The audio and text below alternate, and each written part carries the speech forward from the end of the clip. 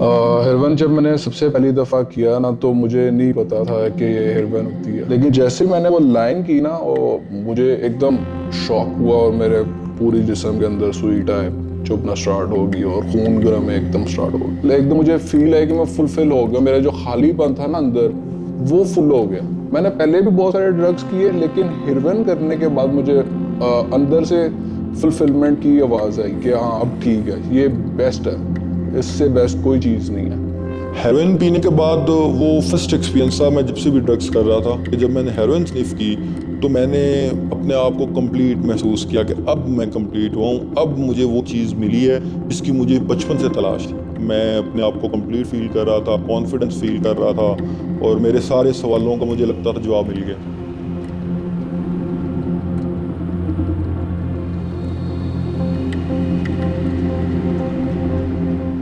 जब मैंने cocaine use की वहाँ मुझे कहेंगे कि चांद पे जाओ हौसले में चला भी जाऊँ, इतना अपने अंदर यकीन आ जाता है। मैं इंटायरली मेरी पर्सनैलिटी बिल्कुल चेंज हो गई थी, मुझे मेरे कॉन्फिडेंस आ गया था।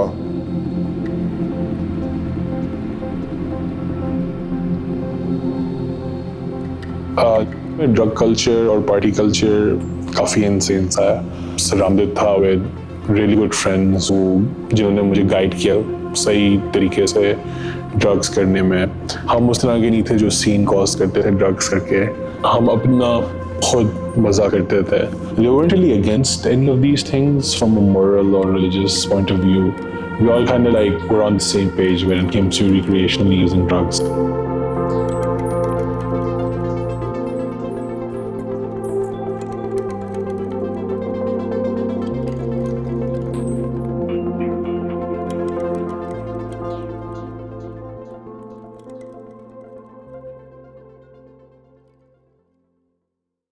ये बच्चे जो इस ड्रग्स के चक्कर में पड़ते हैं ना, इंटेलिजेंट लोग होते हैं, खतरों के खिलाड़ी होते हैं यार। जो ड्रग्स करना कोई मामूली काम है, ये बहुत हौसले का काम है। आप देखिए घर में किस बच्चे को सबसे ज्यादा तवज्जो मिलती है? सबसे चुपचाप होता है। नहीं, जो सबसे ज्यादा फसाद डालता है। जो सबसे ज्यादा फसाद डालता है उसके गिर्द गिर्द सारे इकट्ठे हो जाते हैं, ठीक है। और जो चुपचाप करके बीबा बच्चा जो है वो काम कर रहा होता है उस पर कोई तवज्जो नहीं देता।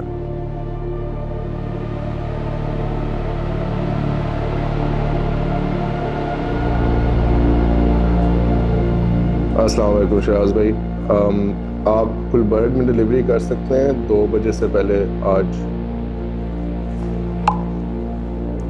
और अब बता दें कि कितनी प्राइस होगी। हम कोई 10,000 के करीब अमाउंट स्पोर्ट करना चाह रहे हैं।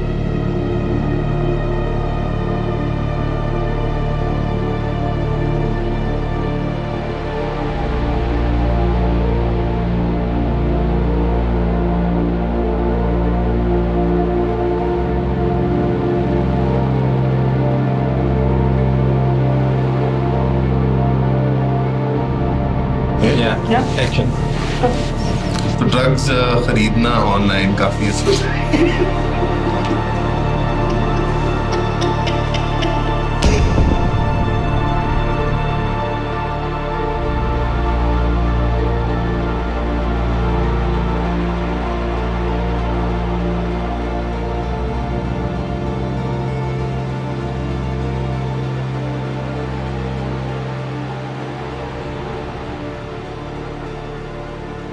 तो ये है 10,000 रुपए की जो चर्च हमने ऑर्डर की, बंदे ने बिरयानी में डाली और बाइकिया के राइडर ने हमें डिलीवर की। उस बेचारे को नहीं पता था वो क्या ऑर्डर कर रहा है। आई मीन दिस इज बहुत ज़्यादा, it is quite Is it? absurd। 10,000 रुपए में इतनी ज़्यादा सामान आए 2-4 के डब्बों में, इट इज़ अस्टाउंडिंग एंड काफ़ी खौफनाक बात है। Yes, some kid can order. तो भाई इसके मेन्यू पे कोकेन भी थी। This could be heroin. This could be LSD. एक वो क्लासिक आइडिया है ना कि if you order drugs तो पूरी ordeal to go get it, which बहुत creates fear लोगों के अंदर। इस तरह की कोई चीज़ नहीं है। From the comfort of our office, हमने आराम से दोपहर को दिन दिहाड़े ऑर्डर किया। हमारे स्टाफ में किसी को नहीं पता चला ये क्या है। नॉर्मल डिलीवरी आई, गार्ड ने देखा, हर चीज की, वो तो हम कैमरा लेके बाहर रिकॉर्ड में, तो वो सोचते कि वाइब्स की वीडियो वाइब्स शूट हो की रही है। शूट हो रही है। जैज कैश ट्रांसफर थी या बैंक ट्रांसफर? Bank transfer. एक मनी ट्रेल ट्रांजैक्शन थी है। तो गाइस हमने चर्च खरीद तो ली है, now we don't know what to do with it. तो what we have decided as a collective is basically to try to break it and flush it. चर्स और अल्कोहल, इससे कुछ नहीं होता। अपनी क्लास में बहुत ब्राइट स्टूडेंट था, तो certain gradually he started going down, so that was something which you know alarmed me. It started with smoking I think, बाद में मुझे पता था ना, but that was probably the starting point. कुछ देर बाद जो है वो उसकी कुछ सब्सटेंस मुझे उसके पास से मिला, तो मैंने किसी से पूछा तो वो पता चला कि वो शायद हैश है।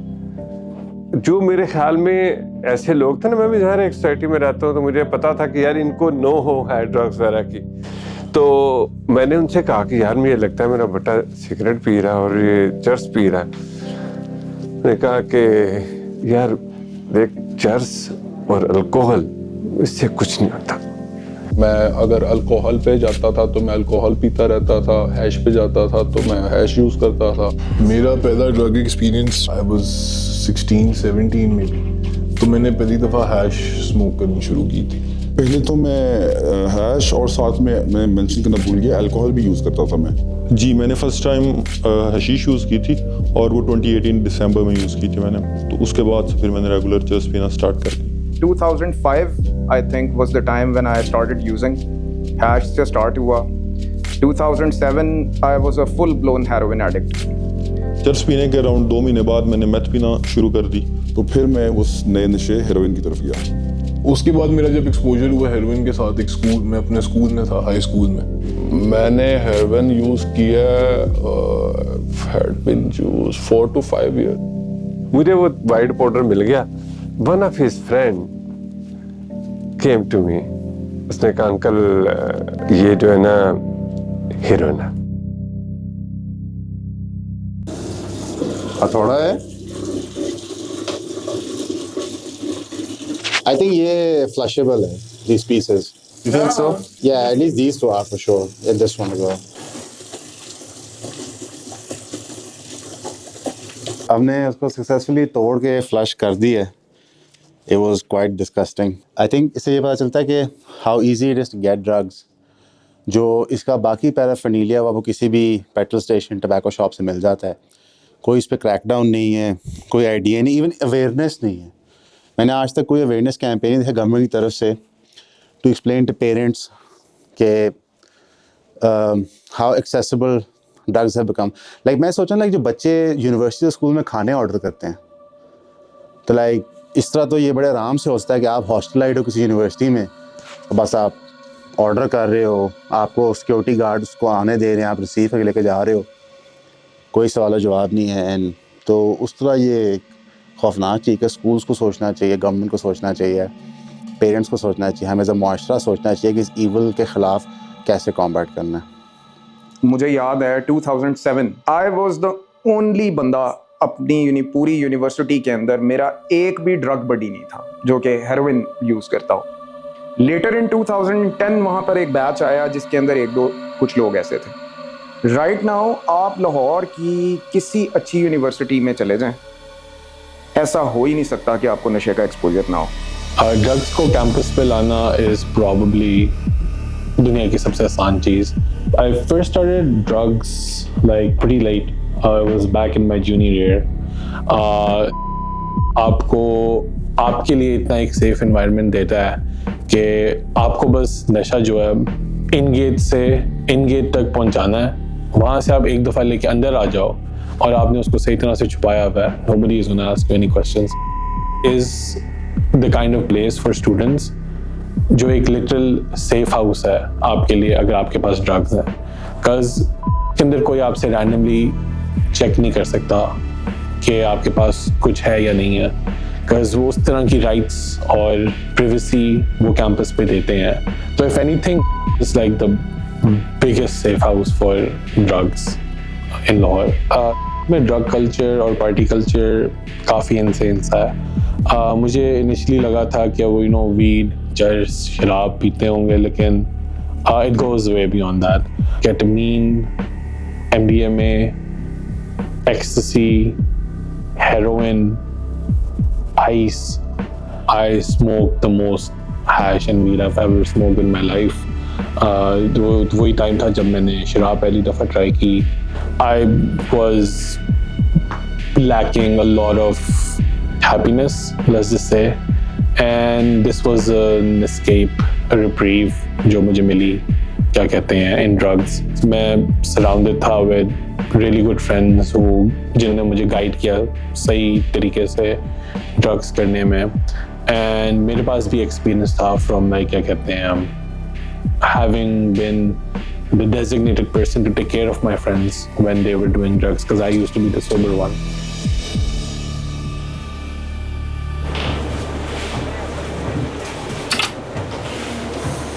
सॉरी, आपकी फिल्म इंटरप्ट कर रहे हैं. उम्मीद है अभी तक आपको पसंद आई होगी. मैं आपको बताना चाहता हूँ, हैदर भाई भी एग्री करते हैं कि ये फिल्म इंटायरली मैट्रिक्स मेंबर्स ने अपनी मेंबरशिप के जरिए फाइनेंस किया और आप इसको फ्री में देख रहे हैं. अगर आप वो 6 to 7 hours of raw footage देखना चाहते हैं जो इस डॉक्यूमेंट्री की बिहाइंड द सीन्स है, तो अभी मैट्रिक्स मेंबरशिप को सब्सक्राइब करें. फिल्म के मुताबिक 3,000 रुपये में और भी बड़ी खतरनाक चीज़ें आ रही हैं. तो why not get me on matrix membership. See you there.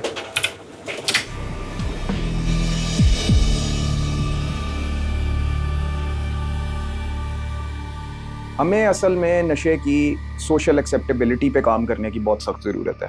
यार हमारी फैमिलीज़ के अंदर अल्कोहल को बिल्कुल गलत नहीं समझा जाता, चर्च को बिल्कुल गलत नहीं समझा जाता. ये स्टेपिंग स्टोन्स हैं जो आपको आगे आइस और हेरोइन जैसे नशों की तरफ ले जाएंगे. और इनके अपने अंदर भी मतलब तबाही की पूरी कैपेसिटी मौजूद है. मतलब चर्च पी के परमानेंट साइकोसिस होते हैं लोगों को, अल्कोहल पी के लिवर्स ख़त्म हो जाते हैं, फैमिलियों की फैमिलियाँ ख़त्म हो जाती हैं. तो मैं ये समझता हूँ कि ये जिनको हम लेसर ड्रग्स टर्म करते हैं ना, सबसे पहले तो इनकी एक्सेप्टेबिलिटी, सोशल एक्सेप्टेबिलिटी पे काम करने की ज़रूरत है. सेकेंडली, हमें लोगों को अवेयर करने की बहुत ज़रूरत है कि आइस और हेरोइन और ये चीज़ें ये बेसिकली क्या हैं. ये these are demons dressed like a woman, I would say. वो बड़ी प्यारी सी एक उसके अंदर पूरा एक जिन है जो आपके ऊपर हावी हो जाएगा और फिर you won't be able to do anything. Heroin जब मैंने सबसे पहली दफ़ा किया ना, तो मुझे नहीं पता था कि ये हेरोइन होती है और ये हेरोइन है. मुझे क्रैक कह के पिलाया गया था, लेकिन जब मैंने पिया तो मेरे ना पेट में बहुत ज़्यादा पेन थी और मैं कह रहा था कोई टैब दो खाने के लिए जिससे ख़त्म हो.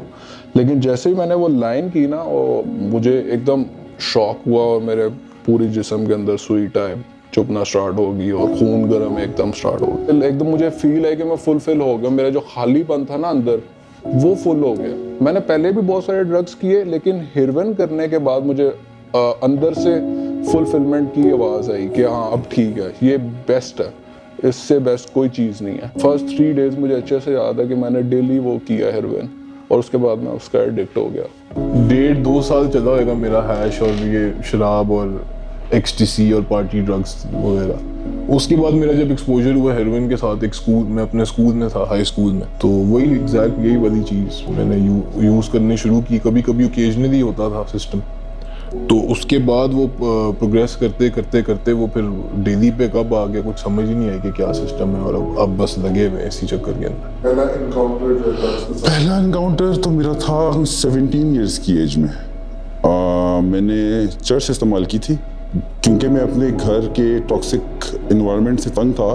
तो मुझे एक फ्रीडम का एहसास हुआ था पहले इनकाउंटर में. पहले तो मैं अल्कोहल और वीड इस्तेमाल करता रहा, लेकिन जैसे ही मैंने अपने दो पीयर्स को देखा कि वो एक नई ड्रग हेरोइन इस्तेमाल कर रहे हैं, तो फिर उस पीयर प्रेशर में आके और मैं भी ट्राई करना चाहता था कि ये जो नया ड्रग है वो कैसा है. मैं एक अपार्टमेंट पे रहता था और वहाँ पे हमारा एक कुक था, वो चर्च पीता था. तो मैं वहाँ पे रह रहा था और यूनिवर्सिटी मैंने अभी ज्वाइन की थी. मैं एक लड़की से बात करता था, सारी रात जागता था. तो वो किसी वजह से ब्रेकअप हो गया और सारी रात मुझे नींद नहीं आती थी. एक दिन मुझे उस कुक को कहा कि मुझे चर्च पिला दो. उसने मुझे सिगरेट पिलाया, मैंने पिया और मैं सो गया. तो उसके बाद से फिर मैंने रेगुलर चर्च पीना स्टार्ट कर दिया और चर्च पीने के बाद मैं बड़ा इंजॉय भी कर रहा था. तो यूनिवर्सिटी में मैंने किसी को देखा मैं वो स्निफ करते हुए. मुझे नहीं पता था इसे स्मोक भी किया जा सकता है या कोई और भी तरीके हैं इसे यूज़ करने के. तो मैंने मैथ देखा उसे स्निफ करते हुए, उसके बाद मैंने देखा कि वो क्या कर रहा है, वो बहुत इंजॉय कर रहा था, डांस कर रहा था, तो फिर मैंने डिसाइड किया कि मुझे भी ये ट्राई करनी है, तो उसके बाद मैंने फिर स्निफ कर ली। कुछ मेरा आप कह लें कि इस तरह के लोगों में उठना बैठना बहुत ज़्यादा था, जहाँ पे ड्रग्स काफ़ी फ्रीक्वेंटली यूज़ हो रहे थे। फिर इत्तफाकन एक एक्सपोजर हुआ हेरोइन के साथ, और मुझे कहने को वो बहुत पसंद आया ड्रग। जब मैं यूके गया तो वहाँ मैंने फर्स्ट टाइम कोकेन का यूज़ की। वो स्टिमुलेंट है, इसके सिम्टम्स सिमिलर टू बाइपोलर के होते हैं। रेस्टलेसनेस होती है, अपना बहुत ग्रेट लग रहा होता है, अपनी तरफ से स्पिरिचुअल हुआ होता हूँ, और मैं अपना हर चीज़ समझता हूँ कि मैं फुल कॉन्फिडेंट हूँ। मुझसे कहेंगे कि चांद पे जाओ, हौसले में चला भी जाऊँ, इतना अपने अंदर यकीन आ जाता है। मेरी पर्सनैलिटी बिल्कुल चेंज हो गई थी, मुझे मेरे अंदर कॉन्फिडेंस आ गया था। मैं बिल्कुल किसी की बात नहीं सुन रहा था, बस अपनी बात कहे जा रहा था। हाइपर सेक्सुअल हो गया था मैं, तो मुझे फिर बाद में प्रोस्टिट्यूट्स को भी पास जाना पड़ा। फिर मैंने अपने सारे मसलों का वजह लाहौर को समझा, यूनिवर्सिटी को समझा कि मैं यूनिवर्सिटी छोड़ दूंगा, लाहौर छोड़ दूंगा तो सब ठीक हो जाएगा। मैं गांव चला गया, गांव जाके फिर मेरा इंट्रोडक्शन एक महफिल में इसी तरह हो गया हेरोइन से।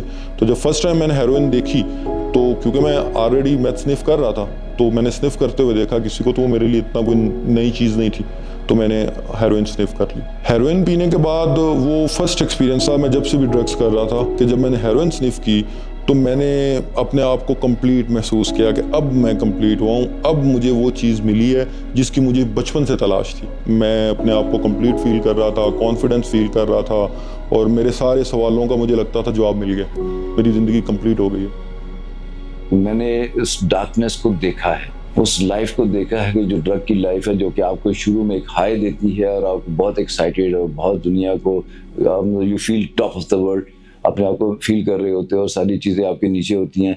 Gradually it starts taking it's tall and you start declining, और आपके मसले मसाइल ख़राब होने शुरू होते हैं, क्योंकि जो एडिक्शन है इट्स अ प्रोग्रेसिव डिजीज़, वहीं पर स्टैटिक नहीं रहती है। जो आपको पहला मज़ा दे रही होती है, उतने मज़ा लेने के लिए आपको ज़्यादा से ज़्यादा यूज़ करना पड़ता है, और फिर उसके साथ साथ आपकी प्रॉब्लम्स बढ़नी शुरू हो जाती हैं, लाइक चोरियाँ चिकारियाँ, झूठ, बेईमानी, पैसे कम हो जाते हैं, टाइम नहीं रहता, जॉब छूट जाती हैं, और रिलेशनशिप के अंदर भी आपका ब्रेकअप्स आने शुरू हो जाते हैं।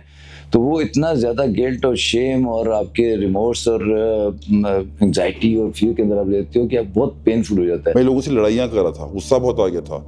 मैं कोई छोटी सी छोटी बात पे मुझे गुस्सा, कोई गाड़ी गलत पार्क कर रहा है उस पर मुझे गुस्सा आता, कोई रॉन्ग वे से आ रहा है उससे। बल्कि एक दफ़ा तो ये भी हुआ कि एक बंदा रॉन्ग वे से आ रहा था और मैं उसकी गाड़ी पे ज़ोर से हाथ मारा है कि क्या कर रहे हो, और हर एक के साथ ना मैं लड़ाई करने के मूड में आ गया था। मेरी एक लड़ाई हो गई थी एक बिजली के केस के अंदर, एसडीओ एक्सीडेंट टाइप ना, तो उन्होंने काफ़ी बिल का एक इशू था, उस पर काफ़ी ज़्यादा बहस हो गई और मैं हाई था काफ़ी ऑन ड्रग्स, तो मुझे नहीं आइडिया हुआ, वो काम बढ़ गया। उन्होंने काफ़ी मारा मुरा भी मुझे वहाँ पे, और एक जेल के अंदर एक जेल होती है 40 चक्की जिसे कहते हैं, वहाँ पे मुझे उन्होंने बंद कर दिया। वो एक छोटा सा कमरा और उसके अंदर ही एक ही टूटी लगी है, वहीं से आपने वॉशरूम वगैरह करना है यूज़, और उसी से पानी शानी पीना, जो करना है वहीं से करना है। तो मैं उधर 2-3 दिन रहा था, और मैंने दुआ ही मांगी थी एक दफ़ा मैं निकल जाऊँ, इसके बाद मैं ड्रग्स नहीं करूँगा ज़िंदगी में। मेरे फादर बेसिकली हमारे गांव में, और जिस जगह से मैं हूँ वहाँ पे वो मतलब एक काफ़ी अच्छी रेप्यूटेड फैमिली है हमारी, तो वो सारे गांव को जानते थे। जब भी मैं कहीं पे नशा करता था उन्हें सबसे पहले खबर आ जाती थी कि मैं ऐसा कर रहा हूँ। जब भी वो मुझे कहते थे कि अली तुम ये काम कर रहे हो, ना करो, ये अच्छा नहीं है तुम्हारे लिए, इसके बुरे इम्पैक्ट्स होंगे, तो मैं फर्स्ट ऑफ ऑल तो मेरा रिएक्शन होता था कि मैं मुकर जाता था। मैं कहता था नहीं, ऐसा बिल्कुल नहीं है, आपको गलत बताया गया। उसके बाद मैं एग्रेशन दिखाता था, उन्हें चीज़ें तोड़ता था और उन्हें कहता था कि मुझे बंदा बताएं कि वो कौन बंदा है जिसने आपको बताया।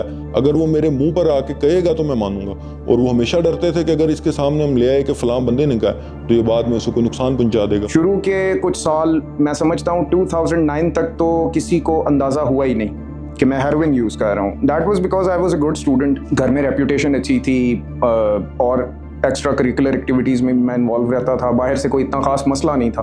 मगर फिर मैं एक्सपोज होना शुरू हो गया, कुछ घर वालों को अंदाज़ा हो गया, कुछ मेरी अपनी फिजिकल और साइकोलॉजिकल कंडीशन बहुत ख़राब हो गई। अपनी फैमिली के अगेंस्ट हो गया था मैं मुझे लग रहा था, मैंने कुछ चीज़ें पढ़ना शुरू कर दिया जो मुझे लगा, वो फिर मैंने अपने ऊपर अप्लाई की, तो मैं अपनी फैमिली के, मुझे लगता था मेरी अम्मी भी ठीक नहीं है, मेरी बहनें भी सब मेरे अगेंस्ट हैं। पैरानोया था। मैं समझता हूँ कि 2011 was the worst year of my life. 2011 में I was a student of university of Lahore at that time.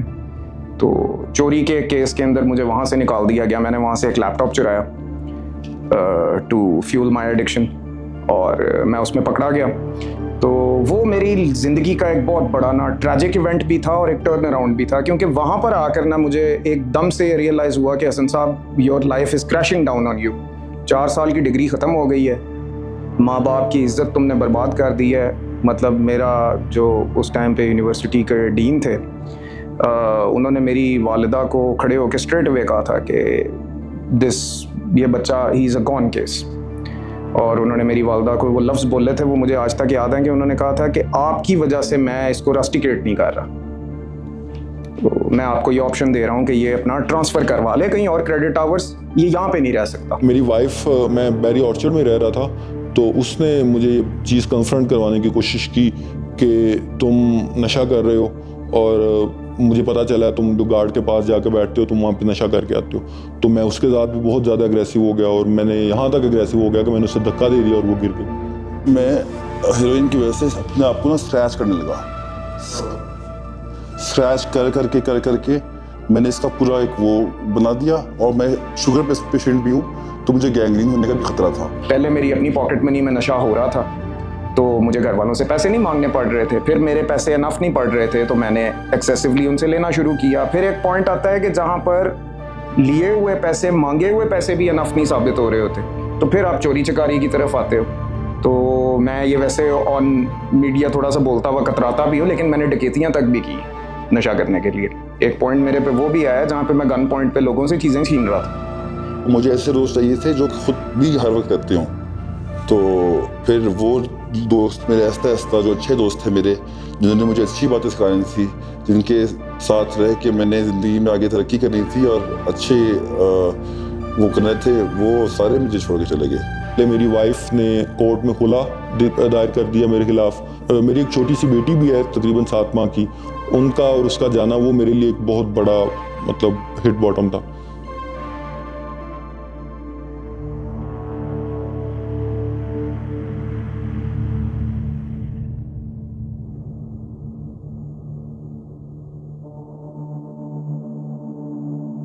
देखिए, आइडिया तो मेरे ज़हन में था कि सोसाइटी में नशे के मरीजों को समझा जाता है कि ये कोई बुरे लोग होते हैं। हमारा एक और हॉस्पिटल डायबिटिक्स इंस्टीट्यूट के नाम से जब उसने काम करना शुरू किया, और वहाँ के डॉक्टर्स को हमने एक फैसिलिटी दी कि दोपहर का खाना उनको हमारी तरफ से मिलेगा। लेकिन चंद दिन के बाद उन्होंने एक दिन अचानक कह दिया कि हमने ये खाना नहीं खाना, और बड़े नाराज थे वो। तो मैंने कहा क्यों, गुस्ताखी हो गई कोई, क्यों खाना नहीं खाना? उन्होंने कहा कि ये खाना तो सलागत में एक ज्यादा है जो नशे के मरीजों के लिए बनता है, तो हम ये खाना कैसे खा सकते हैं? तो उन्हें लगा कि नशे के मरीजों के लिए जो बना हुआ खाना है, नशे के मरीजों के साथ जो स्टिग्मा है उस खाने के साथ ट्रांसफर हो गया, और उन्होंने कहा हमने ये नहीं खाना। उन्होंने कहा जी बिस्मिल्लाह, आप खुद ही बाजार से मंगवा के खाइए। तो आज 25 साल हो गए इस बात को खरीद के खा रहे हैं, और अब वो वहीं से खरीद के खाना चाहते हैं। फर्क सिर्फ ये पड़ा कि पहले मुफ्त मिलता था, तो अब वो पे करके खाते हैं। लेकिन मैं आपको बताऊं कि ये एक आम बात है कि लोग समझते हैं कि नशे के मरीज बहुत बुरे लोग होते हैं और बुरे लोग नशा करते। एक्चुअली ऐसा नहीं है।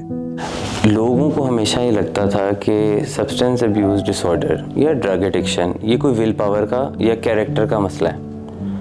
तो अगर तो फैमिलीज़ को ये समझ में आ जाए ना कि ये विल पावर और कैरेक्टर का इशू नहीं है, ये फिजियोलॉजिकल डिजीज़ है, तो उनको ये चीज़ समझने में आसानी हो जाएगी कि हमारे बच्चे में या हमारे फादर में या हमारे स्पाउस में कोई कमी नहीं है, उसके कैरेक्टर की कोई ख़राबी नहीं है, उसकी विल पावर की कोई कमी नहीं है, ये फिजियोलॉजिकल डिजीज़ है। बीमारियों की भी ना बड़ी इज्जत होती है। दिल की बीमारी की बड़ी इज्जत है, दिमाग की बीमारी अगर ट्यूमर है तो बहुत इज्जतदार बीमारी है यानी उसका बीमार जो है वो गुनाह झड़वा रहा होता है।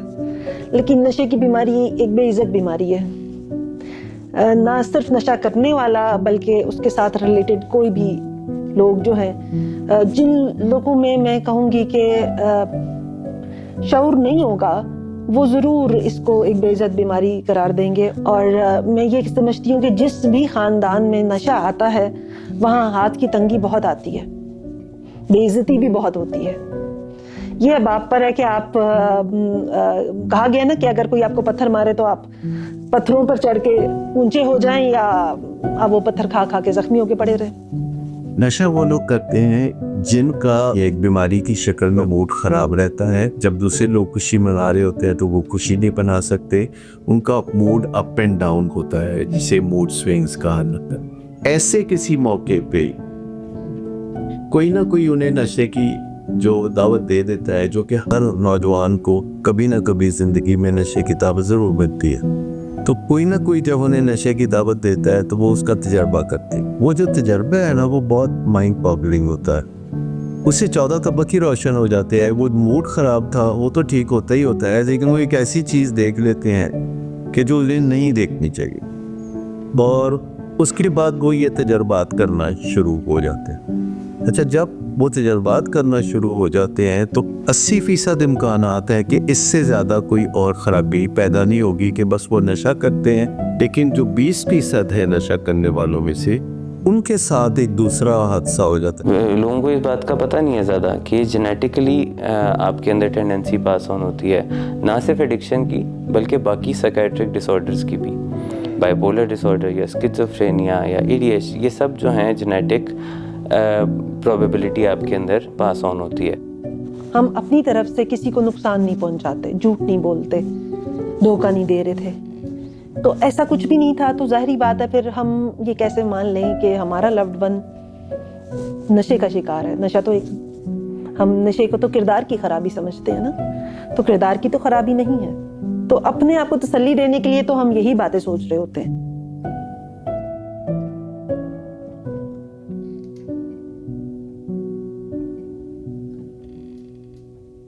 I think I used to think about my daughter more so because I think mothers do with their daughters. I used to always think and pray that she has a husband who's close to Allah. So I used to think, I hope she has a husband who's kind and gentle with her. Qasim, yeah, I used to hope that he marries a girl that he likes. So obviously I used to pray for him the way I prayed for my daughter. In class 6, he came first. I think it was in the whole section. He got prizes in art, in English, and he loved his family, his grandparents, his cousins. It started on the school premises. He was 12 years of age when a gardener called him and said to him, have this powder and just taste it, and if you taste it, it'll give you an immense amount of energy and you'll be able to run very fast. Qasim, being young, innocent and ignorant about drugs, he took it because he was very curious by nature. Qasim, from being a very mature, sensible boy, started to change drastically. He started to tell lies. He started to steal from us. His grades dropped, but he started to become aloof and would stay in his room for hours. He lost his appetite, and he had a huge appetite. And then he was 15 when he went to the rehab, and that was a very, very tough time for him and for us. We thought that he was getting better and he would recover, and he followed the whole program throughout. When he came out of the rehab, I think it was after 3 months, within days he relapsed. He started using drugs again. So we were like completely shocked because this is the first time he'd been to the rehab. And so when we said that you have to go for the follow-ups, he didn't want to go because I think he'd been traumatized while he was in the rehab. It is a very difficult place for a person, especially a young person, because it's like you're in a prison. He went through the program, but he said, Mama, I don't want to go again. So he said, I'll do detox at home. So I went through the 10 days with him in my bedroom through the detox, which was so scary. It was terrible. It was like for 8-9 days he would be vomiting, he would have diarrhea, he couldn't eat, he couldn't sleep, he couldn't use the washroom, and he would describe as having bone-crushing pain with convulsions. I mean, I saw all this. And he was such a good child. Otherwise, he used to say to me, Mama, forgive me. Mama, I'm so sorry that you're having to go through this with me. But I felt so sorry for him, seeing him suffer so much. And he used to say to me many times when we're on our own going through this together, Mama, I wish I could just feel normal again. He used to say, nothing gives me happiness. He said, I wish I had not made that one mistake of taking that powder from the gardener. He said, now I don't have that drug for any happiness or for any euphoria, how he would describe it. He said, I only take the drug so I don't go through this pain and this craving that's so painful that I can't even put it in words. And I didn't know how to help him.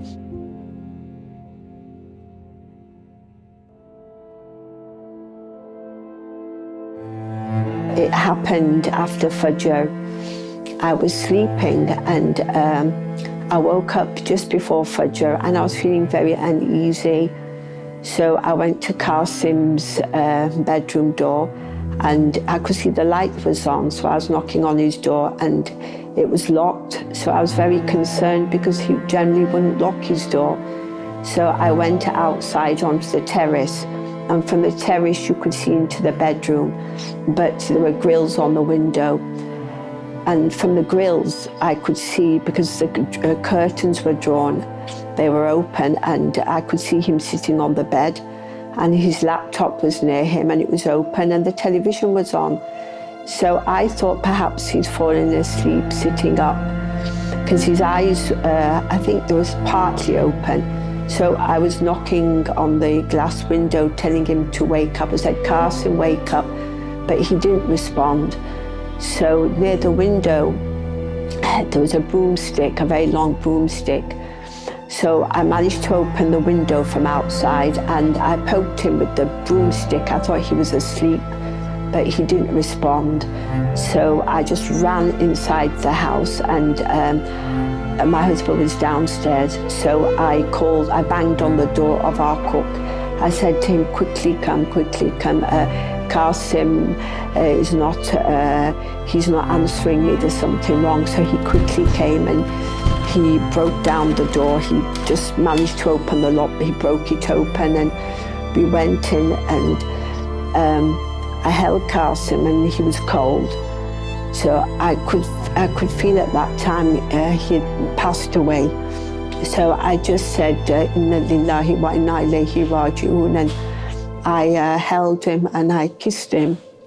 And I said to the person who was with me, I said, has Qasim chala gaya? He said, I think so. So I was just holding him, and then I could hear the azan, it was Fajr.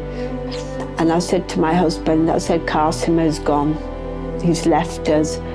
I said to him, it's Fajr. I said that we must say our prayers. So I think my husband must have prayed downstairs, and my prayer area was very close to Qasim's room. So I said my Fajr prayers, and after offering my Fajr, I just went and sat with Qasim. The night before he passed away, he was sat on the sofa and I was sat opposite him. And he was feeling upset because I said to him, Qasim, I think you've started using again. And he said, Mama, please don't keep telling me and talking about it. Then he started crying, which wasn't his nature. He would never cry.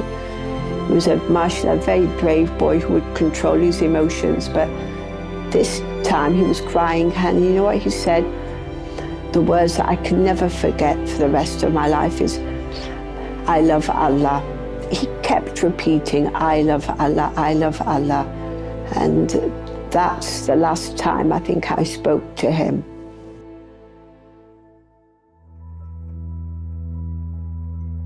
एक चीज मैंने जो सीखी है कि नशा ना करने से नशा नहीं छूटता। डेली सोचता था कि सुबह से नहीं करूँगा, आज लास्ट है, बट कुछ अवेयरनेस नहीं थी, बीमारी के बारे में कुछ पता ही नहीं था, तो उसी सारे ट्रैक में फंसा रहा, छोड़ पकड़। और डेली सुबह उठ के दोबारा कर लेता था। फिर रिग्रेट और शेम और गिल्ट, वो सारी चीज़ें चलती रहती थी। फुल होपलेसनेस वाला सिस्टम था, क्योंकि बाकी रिहैब्स में मैं जाता था तो मतलब कोई सोल्यूशन नहीं मुझे समझ आता था कि मतलब मेरी जो प्रॉब्लम है वो कितना मुझे खुद को समझ आ रही थी, ना किसी रिहैब वाले कोई मुझे सही गाइडेंस देता था। मैं काफ़ी मल्टीपल ट्रीटमेंट्स मेरे हैं लाहौर के अंदर, काफ़ी रिहैब्स के अंदर। एवरी टाइम मैं पूरी कन्विक्शन के साथ बाहर आता था कि यार अब मैं नहीं करूँगा, और बस ये सिर्फ कन्विक्शन ही होती थी कि नहीं करूँगा। कोई तरीका नहीं पता था कि मैंने करना क्या है, बस मैंने छोड़ दिया। एक बड़ा चंक मेरी ज़िंदगी का माइनस हो गया बीच में से, और अब मैं बैठा हूँ अपनी एंग्जाइटी को देके, अपनी फ्रस्ट्रेशन को देके, अपनी ज़िंदगी को देके। जो सबसे ज़्यादा मैंने मेरे साथ टाइम गुजार दिया होगा ना अपनी पूरी कन्विक्शन, पूरा जोर लगा के अपना, वो होगा 1 मंथ। कुछ केसेस में इस तरह भी होता था कि मैं आया हूँ अभी बाहर और 2 घंटे गुजरे और मैंने लोन से फिर से कर दिया। नशा करके मैं चलना नहीं चाहता था और नशे के बगैर मुझे जीना नहीं आ रहा था। तो इस सूरत में एक वो हम कहते हैं कि जो सुसाइडल आइडिएशन है वो बहुत ज़्यादा मेरे साथ रहती थी। हर वक्त दिल करता था यार कि ज़िंदगी ख़त्म करके ही शायद मैं ज़िंदगी में कुछ फ़ायदा होगा। नशे ज़िंदगी में तो मैं नशे से नहीं निकल सकता। हेरोइन जब मैंने पीना शुरू की, कुछ 7 महीने मैंने हेरोइन पी, उसके बाद और ज़िंदगी के मसले ख़राब होते गए, मैनेजेबिलिटीज़ आती गई, तो मैंने ट्राई किया कि मैं इसे छोड़ दूँ। इंटरनेट पे रिसर्च की तो मुझे पता चला कि अगर मैं किसी रिहैब चला जाऊँ, कोई 90 डेज़ में रहूँ, तो ये सारी चीज़ें ठीक हो जाएंगी। फिर मैंने एक रिहैब जाने का फ़ैसला किया। मैं 90 डेज़ वहाँ पे रहा।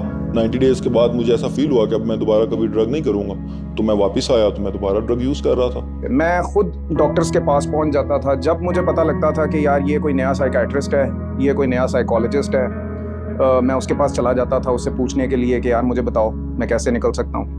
आप यकीन करें कि मैं इवन तावीज़ धागों वाले बाबों के पास गया कि शायद वाकई मेरी वालदा को लोग फीड कर रहे थे कि इस पे जी काला जादू हो गया, इस पे असरात हैं। तो मैं खुद भी कहीं ना कहीं कन्विंस हो गया था कि शायद यार ऐसी कोई बात है, क्यों नहीं छोड़ा जाता मुझसे। मैं नशा छोड़ लेता हूँ, 8-10 दिन के बाद मुझे ऐसा क्या मसला होने लग जाता है, मैं फिजिकली ठीक हो जाता हूँ। फिर ऐसी क्या बात है कि मुझे ज़िंदगी में मेरा दिल ही नहीं लगता किसी चीज़ में, मुझे कोई बंदा अच्छा नहीं लगता, मुझे अंदर से फील आती है कि आई एम नोबडी। मैं कुछ नहीं कर सकता जब तक कि वो हेरोइन की स्नॉट, वो हेरोइन का शॉट मेरे अंदर नहीं जाएगा। तकरीबन हर तरह का तरीका जो है ना वो मैंने यूज़ किया छोड़ने के लिए।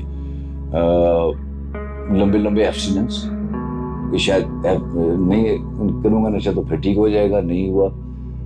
रिलीजन को ट्राई किया, बहुत ज़्यादा मजहबी तौर पे होगी चलने की कोशिश की और उससे भी कोई फ़र्क ना पड़ा। मेरे पेरेंट्स ने कोई बिज़नेस वगैरह के अंदर डाल दिया कि चलो बिज़नेस के अंदर हो जाएगा तो उसके थ्रू ये ज़िंदगी के अंदर वापस आ जाएगा। तो बिज़नेस भी है ना वो खा पी के सारा ख़त्म हो गया। फिर चेंज ऑफ प्लेस भी मैंने किया। मैं यहाँ से निकल के मैंने सऊदी अरब के अंदर 2 साल गुजारे, सिर्फ इस वजह से कि नशा नहीं होगा ना मैं करूँगा और मैं ज़िंदगी के अंदर कुछ आगे बढ़ने के लिए कुछ करता हूँ। और मैं जॉब भी कर रहा था और सारा भी कर रहा था, लेकिन अंदर से मैं बिल्कुल टूटा हुआ था। एक यूँ समझे कि मैं सऊदी अरब में 2 साल गुजारे एक डेड मैन अलाइव है, अंदर लाइफ नहीं है, there is no soul inside. सिर्फ ये मेरी बॉडी है जिसको ले लेके मैं चल रहा हूँ ज़िंदगी के अंदर, जॉब भी कर रहा हूँ, लोगों के साथ उठ बैठ भी रहा हूँ, खा पी भी रहा हूँ। डेस्परेटली ये ट्राई कर रहा हूँ कि किसी तरह बस ज़िंदगी के अंदर सारी वो एक्साइटमेंट, सारी खुशी, सारा मज़ा जो है वो वापस आ जाए, जो 2 साल के अंदर तो नहीं है। और जिस दिन मैं वापस आया हूँ एक दिन तो बड़ी सेलिब्रेशन थी कि जनाब बच्चा ठीक हो गया, सब कुछ हेल्दी वेल्दी है वो। और the very next day I was using again. It took me around 15 days to come back to square one, जहाँ से गया था उतनी ही हालत के अंदर वापस था। तो कहने का मकसद ये है कि ये नशा ना करने से नशा नहीं छूटता।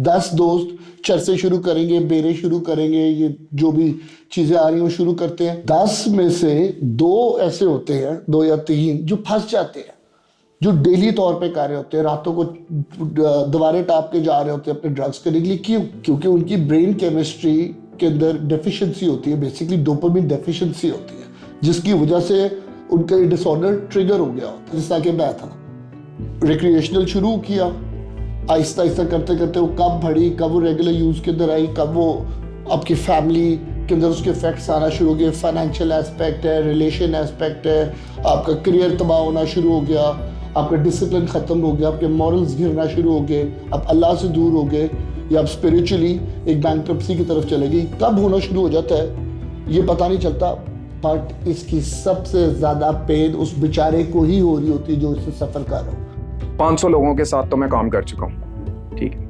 500 लोगों में मैंने कोई एक शख्स भी ऐसा नहीं देखा जो मर्जी से नशा कर रहा हो। देखें, जब आपको कॉन्स्टेंटली एक चीज़ में फेलियर हो रहा होता है ना, तो आपका अपना दिल दिमाग ही एक्सेप्ट कर लेता है उस बात को कि यार मैं ऐसा ही हूँ, मैंने यही करना। एडिक्ट बेचारे के साथ भी यही हो रहा होता है कि वो छोड़ने की अटेम्प्ट्स कर के और फेल हो के इतना मायूस हो चुका होता है। ये उसकी मायूसी बोल रही होती है जब वो कह रहा होता है कि नहीं नहीं नहीं नहीं यार मैंने नहीं छोड़ना। वो मर रहा होता है। Every day is traumatic for him. Family तो बहुत एक आजमाइश से गुजरी होती है, एक पेन से गुजरी होती है, लेकिन वो बेचारा भी बहुत गिर रहा होता है जिसको रिकग्नाइज नहीं किया जा रहा होता। वो कहते हैं निकम्मा है, खटिका है, एदी ते फितरत है जी है, बचपन एच भी एच जी सी वे वो इस तरह करके उस पर ताने आ रहे होते हैं। ये भी उसको ना पंचेस की तरह ही लग रहे होते हैं डेली तौर पे। फिर इनको भी उसको कोप करने का तो और कोई तरीका ही नहीं आता। स्ट्रेस आ गई है, परेशानी आ गई है, माँ बाप ने गालियाँ निकाल दी, उसको कोप करने का सिर्फ एक तरीका आता है, use go back and use the substance again. Hamid साहब के पास मैं जिस स्टेज पे आया था ना, उस स्टेज के ऊपर मेरे पास दो ही रास्ते रह गए हुए थे कि या तो मैं कोई सप्लाई लाइन बना लूं जब तक मैं जिंदा हूं तब तक नशा करने की, या फिर मेरे पास दूसरा तरीका यह था कि मैं अपने आप को ख़त्म कर लूं, क्योंकि दुनिया में तो मेरी एग्जिस्टेंस को चैलेंज ही किया जा रहा था। मैं एक रिहाब सेंटर में था, वहाँ पर मेरे सामने एक लेक्चर हो रहा था, तो किसी ने गलती की, उसको स्टाफ आया और मारना शुरू कर दिया उसने। तो मैं रोना शुरू हो गया। मैंने कहा मैं ये देख ही सकता कि एक आदमी को आप बिला वजह मार रहे हैं। तो साइकोलॉजिस्ट ने आगे से मुझे जवाब दिया, आपको मालूम है कि इनके घर वाले इनको क्यों बंद किया है? इनको इसलिए बंद किया है कि इनके घर में भी ठीक नहीं है, तो मार इनके लिए ज़रूरी है। एडिक्ट्स को इंसान नहीं समझते। देखिए, डंडों से मारा जाता है, पीवीसी के पाइप्स के साथ। मैंने खुद विटनेस की हैं ये चीज़ें, किसी की सुनी सुनाई बात आपको नहीं बता रहा। तो मैंने तो ये कॉमनली प्रैक्टिस देखी है दूसरे रिहैब्स के अंदर भी। अल्लाह माफ़ करे कि एक एडिक्ट को तो इंसान के दर्जे से भी नीचे गिरा देते हैं। छोड़ना हर कोई चाहता है, कोई मतलब सब साफ जाहिर हो रहा होता है यार कि मेरी ज़िंदगी तबाह हो रही है। उसको जितना मर्जी आप लोगों के सामने डिनाई करते हो कि नहीं, लेकिन अंदर से हमें पता होता है कि यार हमारी ज़िंदगी फुल तबाह हो रही है। अब हमारे माशरे का सैडली ये एक हकीकत है कि तरीका कोई नहीं समझ आता किसी को। मुझे खुद भी नहीं समझ आता था कि मैं किस तरह से छोड़ूं ना। ट्रेंड प्रोफेशनल्स के पास जा रहा था ना, तो उनका सवाल मेरे से होता था कि हाँ जी ठीक होना है या नहीं होना। लाइक मैं यार हेल्प मांगने आया हूँ आपसे और आप मेरे साथ सारी बात स्टार्ट ही एक जजमेंट से कर रहे हो कि जैसे मैं नहीं ठीक होना चाहता। बेइज्जती वो अपने आप की भी बड़ी कर रहा होता है, जब अपने आप को गालियाँ निकाल रहा होता है शीशे के सामने खड़े होकर यूज करते हुए। बहुत दफा ये कर रहा होता है। उसको मारना, उसको दवाइयाँ दे के सबड्यू करके रखना, ये हमारे प्रोफेशनल्स की प्रैक्टिसेस हैं। And when it comes to family and friends, तो उनका कॉन्स्टेंटली आपको जज करना, उनको क्रिटिक करना, आपको आइसोलेट कर देना, मतलब आपको अपने सर्कल से ही निकाल दिया।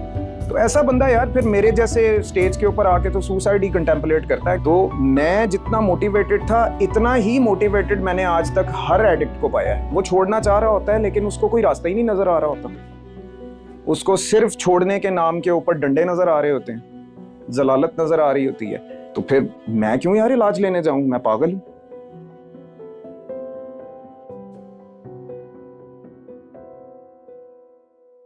हामिद भाई के पास में रेफर्ड हुआ एक दोस्त के थ्रू, और लाहौर के सारे रिहैब सेंटर्स फिरने के बाद दाढ़ी वाले साइकोलॉजिस्ट, बगैर दाढ़ी वाले साइकोलॉजिस्ट, बाबे तरावे सारे फिरने के बाद हामिद भाई के पास जब आया, उन्होंने बड़ी जल्दी में थे और लेकिन फिर भी कीप्स हिज काम, तो उन्होंने मेरी वालदा को बाहर भेजा। मेरे साथ अकेले सोफे में बैठे आराम से सीधा मेरे हाथ पे आंखों में आंखें डाल के मेरे पूछा, आर यू सफरिंग? तो वो जिससे उन्होंने पूछा है का एक मेरे अंदर से आया कि किसी ने मेरी रूह से कोई सवाल कर लिया। तो मैंने आगे से पूछा, जी I am about to die. मैंने इनसे पूछा कि मैं आपके पास क्यों रुकूं, तो इन्होंने मुझे उल्टा कहा कि मुझे तुम बताओ कि मैं तुम्हें क्यों रखूं भाई। मेरे पास दिन में 8 बंदे आते हैं, मैं 7 को वापस भेज देता हूँ, तुम में ऐसा क्या है जो मैं तुम्हें क्यों रखूं? मतलब मुझे वजह बताओ कि तुम क्यों छोड़ना चाहते हो। जाओ याशी करो, जवान हो अभी तुम, घर बार भी ठीक है, जाके करो, चिल करो, क्यों रखूँ मैं? तो इस चीज़ ने मुझे थोड़ा सा हिलाया कि यार ये पहला बंदा अभी तक मिला है मुझे जो कह रहा है मैं तुम्हें क्यों रखूँ। नहीं तो वो तो पूछते भी नहीं क्यों रखूँ भाई, वो तो कहते हैं आ जाओ भाई जान अंदर चलो। फॉर द फर्स्ट टाइम किसी बंदे ने मेरे से मेरे दिल का हाल पूछा था, मुझे मतलब वो मोमेंट ही नहीं भूल सकता कभी। मैं हामिद साहब के साथ बैठा हुआ था, मेरी वालदा बाहर थी, तो उन्होंने मुझे कहा कि यार तुम छोड़ दो सबको, माँ बाप क्या कह रहे हैं, कौन क्या कहता है, टेल मी अबाउट योरसेल्फ, आप कैसे हो? तो आप यकीन करें कि पिछले 8 सालों में किसी ने मुझसे ये सवाल ही नहीं पूछा हुआ था कि यार तुम कैसे हो। मैं डॉक्टर्स के पास जा रहा था, वो मुझे कह रहे थे कि हाँ जी क्या करते हैं आप, कौन सा नशा करते हैं, कितनी क्वांटिटी में करते हैं। मतलब उनकी वो टोन, उनका बात करने का अंदाज मुझे अपने अंदर इन्फीरियर फील करवाता था कि जैसे यार मैं कोई बहुत ही गलत इंसान हूँ। और पहली दफ़ा किसी ने मुझे इज्जत से, रिस्पेक्ट से ट्रीट किया तो that was enough for me, let me stay here. मैं मतलब देखना चाहता हूँ कि ये क्या है, ये क्या ट्रीटमेंट है जो मुझे कह रहे हैं कि यार सब ठीक हो जाएगा। पहली दफ़ा मुझे कोई बंदा होप दे रहा है कि यार तुम ठीक हो जाओगे, फिक्र ना करो। अगर आप कहें ना कि एक लंबे अरसे के लिए किसी को नशा ना करने दें तो वो नशे से निकल के ज़िंदगी में नॉर्मली वापस आ जाएगा, ऐसा कभी नहीं हो सकता। नशा छोड़ के कुछ ना कुछ चीज़ें लर्न करने की ज़रूरत है। जब तक आपको वो चीज़ें को नहीं पता चलेगा कि आपको ज़िंदगी में नशा छोड़ के चलना किस तरह से है, क्या चीज़ें हैं जिनकी आपको टेक केयर करनी है, क्या चीज़ें हैं जिनको आपको अपने अंदर इनकॉर्पोरेट करना है, उसके बगैर सर्वाइवल मुमकिन ही नहीं है। वो चीज़ें मैंने फिर नई ज़िंदगी के अंदर से भी सीखी और उसके बाद फिर जो मेरी वो ट्रेनिंग्स हुई as a counsellor, in depth study की सारी इन चीज़ों को। मुझे जनाबे वाला सबसे पहले तो ये समझ आया कि ये मसला नशे का है ही नहीं। This has nothing to do with drugs. Drugs तो एक सिम्टम है, एक आउटकम है। मेरे अंदर एक बहुत बड़ी खराबी और मौजूद है, मेरे अंदर कोपिंग स्किल्स नहीं है, मेरे अंदर अनरिजॉल्व्ड फीलिंग्स बहुत ज़्यादा हैं। मैं बचपन में मेरे साथ चाइल्ड अब्यूज़ का एक एपिसोड हुआ था, वो लो सेल्फ एस्टीम की चीज़ें मैं अपने अंदर लेके घूम रहा हूँ। मेरे में कॉन्फिडेंस नहीं है, मेरे में सोशल स्किल्स नहीं है, और फिर इन सारी चीज़ों को मैं ड्रग्स के साथ कोप अप कर रहा हूँ। मुझे याद है कि यूनिवर्सिटी में मैंने प्रेजेंटेशन देनी होती थी ना, तो मैं बाथरूम में जाता था, हेरोइन का शॉट मारता था एक, और बाहर आके ना मैं अपने दोस्त को कहता होता था कि मुझे अपनी टाई दो। एंड एक ऐसा कॉन्फिडेंस बूस्टर मेरे में आ जाता था, एक फीलिंग आ जाती थी जो शायद नॉर्मल लोगों में वैसे होती है कि यार yes I can do it. मेरे में वो yes I can do it वाली फीलिंग जो है ना, वो हेरोइन यूज करके आती थी। तो फिर जब ये सब बातें मुझसे इस जगह पे रहते हुए की गई ना, तो it was very easy for me to relate कि हाँ यार असल मसला ये है, मेरे में फीलिंग्स की मैनेजमेंट नहीं है, मेरे में कोपिंग स्किल्स नहीं है। अगर मैं ये चीज़ें डेवलप कर लूँ तो मुझे नशा करने की शायद नीड ही नहीं रहेगी।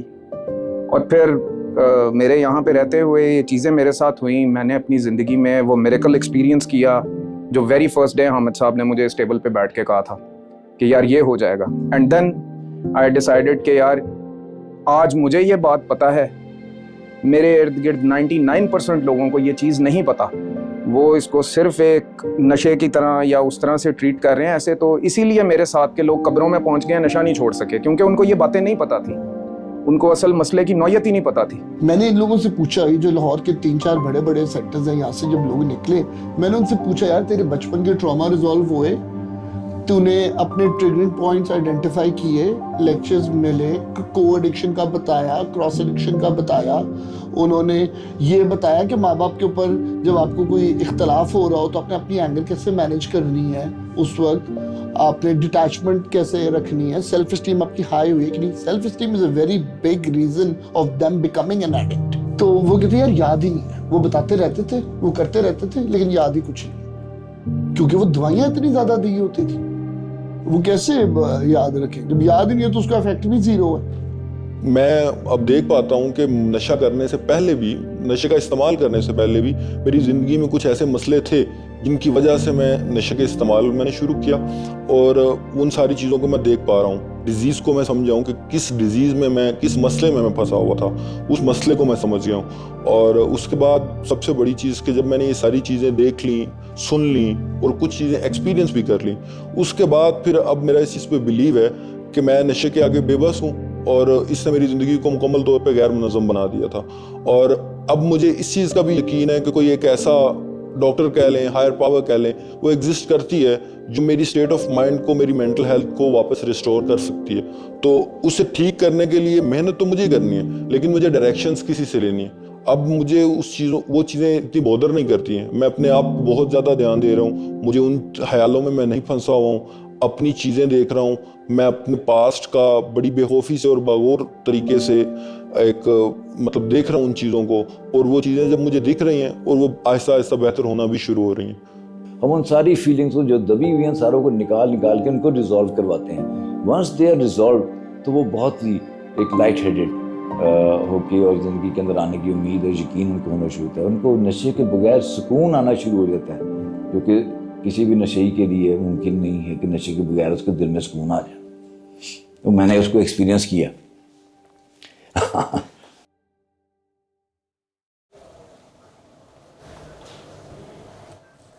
Ice causes a lot of murders. Ice addicts जो है ना वो क्राइम बहुत ज़्यादा करते हैं। इशू ये है। रिसेंट फिनोमेना जो है वो मेथएम्फेटामिन वाला जो आया है, आइस जिसका स्ट्रीट नेम है। आइस एक ऐसी चीज़ आ गई है जिसके अंदर आपका टोटल दिमाग उड़ जाता है और आप कोई डिसीजन लेने के काबिल नहीं रहते। यूनिवर्सिटी के स्टूडेंट्स के अंदर एक ये बहुत बड़ी मिसकंसेप्शन है कि जनाब आइस आपको तेज़ कर देती है, आपकी दिमाग की जो प्रोसेसिंग है वो तेज़ कर देती है। इस चक्कर के अंदर आपका मेरा ख्याल में 80% शायद जो यूथ है ना वो इन वन वे और अनदर आइस के ऊपर लगा हुआ है। आइस की हद तक अगर मैं बात करूं कि बाद में जब लोग अगर इसे कोई कर लेता है, कुछ केसेस में ये सामने आता है कि दिमाग में कुछ ऐसे परमानेंट डैमेजेस हो चुके हैं जो इरिवर्सिबल है इस ड्रग की हद तक। तो ये तो बहुत ही खतरनाक है। वो इतने एग्रेसिव हो गए हैं कि वो अपनी और दूसरों की लाइफ के लिए थ्रेट बनते चले जा रहे हैं। आइस ने वो it has become like it has come to the top of the food chain. वो बिल्कुल वो एपेक्स प्रेडेटर बन गई है इस टाइम के ऊपर। And it is so dangerous, like मैं शायद वर्ड्स में आपको एक्सप्लेन भी नहीं कर सकता। आइस तो यार खानदानों के खानदान खत्म कर देती है। और ये बहुत रीसेंट फिनोमेना है। आप ये समझ लें कुछ साल 2 साल 3 साल के पीछे अंदर ये सारी चीजें आई। आपकी tendency to commit any kind of crime जो है वो एक्सपोनेंशियली इंक्रीज कर जाती है। फिर हमने ही पीछे कुछ केसेस देखे हैं जो हाईलाइट हुए हैं जिसके अंदर आइस के नशे में लोगों ने अपने वेरी क्लोज्ड वंस के कत्ल कर दिए, लोगों ने अपनी बीवियों के कत्ल किए। आइस के नशे के अंदर आपने सुना होगा कि पिछले दिनों एक लड़के ने 3-4 बंदे अपनी फैमिली के मार दिए थे इकट्ठे, और वो आइस एडिक्ट था। He killed his own parents. और सबसे इम्पोर्टेंट जो सबसे खतरनाक बात यह है कि ये 6-7 ग्रेड के बच्चे हैं स्कूलों में, वहां से स्टार्ट हो रही है। अब इस कौम के जिन्होंने भी जाके इस कौम को संभालना है वो आइस के अंदर एक और इशू है व्हेन इट कम्स टू हमारे इलाके के अंदर, वो ये है कि यू सी यंग बच्चे ना being addict to ice. Numbers आपको मिलते हैं ना ये सर्वेज वगैरह के अंदर, ये सारे फैब्रिकेटेड हैं, इनका हकीकत से भी इतना ताल्लुक नहीं है। बहुत बड़ी एक पॉपुलेशन है जो इस वक्त नशे के अंदर जा रही है और पाकिस्तान के लिए इंतहा से ज़्यादा ख़तरनाक सिचुएशन है। हाई अलर्ट के ऊपर जाने की ज़रूरत है आपको। इसके लिए बहुत ही ज़्यादा ड्रास्टिक किस्म के मेजर्स लेने की ज़रूरत है इसको रोकने के लिए, ख़ास तौर पे ये जो आइस का जो मसला चाहिए। इट इज़ वेरी कॉमन, और मैं तो यही कहूँगा सबको कि यार ये कहना तो बेहतर नहीं है कि कोई बाकी ड्रग्स यूज़ कर लें। मैं तो बल्कि वन टाइम यूज़ के भी बहुत अगेंस्ट हूँ, मगर आइस से बच के रहें। ये हमारी सड़कों पे लिटरली वबाल की तरह फैल रही है।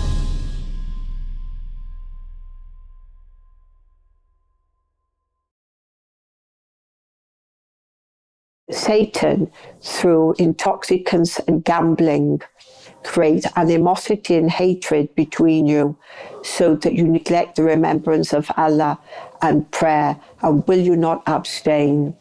So Allah, who is our creator, he knows what's best for us. He has told us to keep away from intoxicants because he knows that he's created us in such a way that we can't handle it. We can't handle them, whichever the intoxicants are. It doesn't have to be hard drugs. It could be even a cigarette. It could be a vape.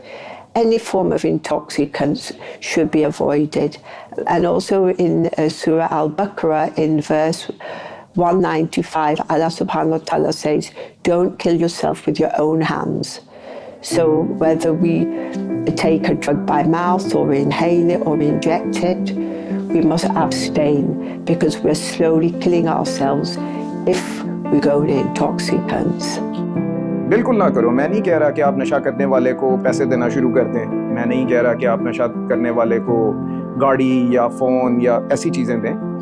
आप उसको tough love दें, which is कि आप उसके नशे को बिल्कुल support ना करें, ठीक है, मगर at the same time constantly उसको ये बात बताएं कि whenever you ready to quit we are with you.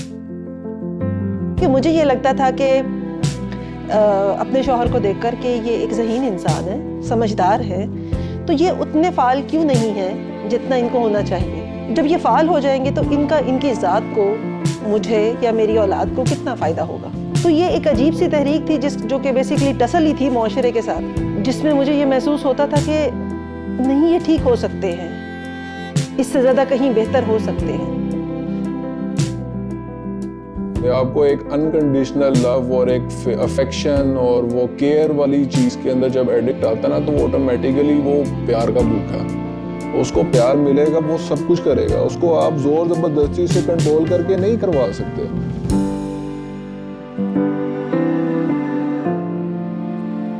लिए सबसे बेसिक सी बात आप यही अंडरस्टैंड करें कि ये एक डिजीज है। ये विल पावर या कोई शख्सी खराबी नहीं है कि आप उसको क्रिटिक करते रहो, उसको जज करते रहो। उसको कॉन्स्टेंटली जजमेंट्स मिल रही होती हैं। तो उसके पीछे बेसिक रीजन यही है कि हमारे यहाँ पर अवेयरनेस नहीं है कि यार ये एक बीमारी है और ये किसी को भी लग सकती है। There are people who are born with it and then there are people who acquire it, ठीक है। तो उसको एक बीमार आदमी की तरह ट्रीट करो यार, उसको प्यार के साथ ट्रीट करो, उसको मोटिवेट करो, ठीक है।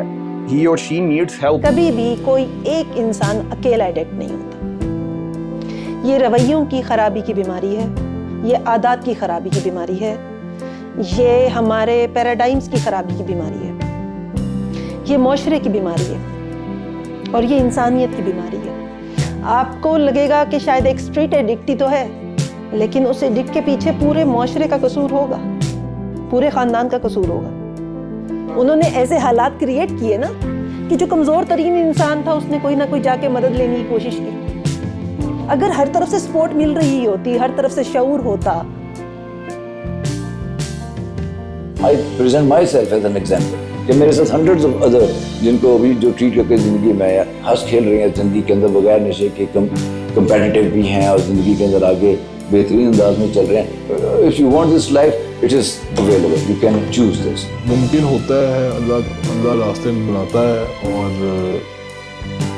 there is a way out। वहाँ से निकलने का जो रास्ता था और जो रोशनी के अंदर मैं आया हूँ इस वक्त, मैं I can actually see myself अपने बचपन से लेके नशा करने से लेके अब तक की स्टेज के ऊपर मैं अपने आप को यूं सामने बिठा के देख सकता हूँ कि ये सारी चीज़ें इसके अंदर कैसे आई हैं और ये भी कैसे चल रहा है। Now I am in command. इसी रोशन रास्ते के ऊपर चलने की वजह से जो रोशनी अल्लाह ताला ने फिर उसको दी है, और वो होश में ला के आता है, दवाइयाँ दे के नहीं आता। आप डोप करके किसी को वो चीज़ नहीं दे सकते। This is what I have learned. I would से recovery is just a call away. एक इतनी सी डिजायर चाहिए and you would definitely come back to life like I did.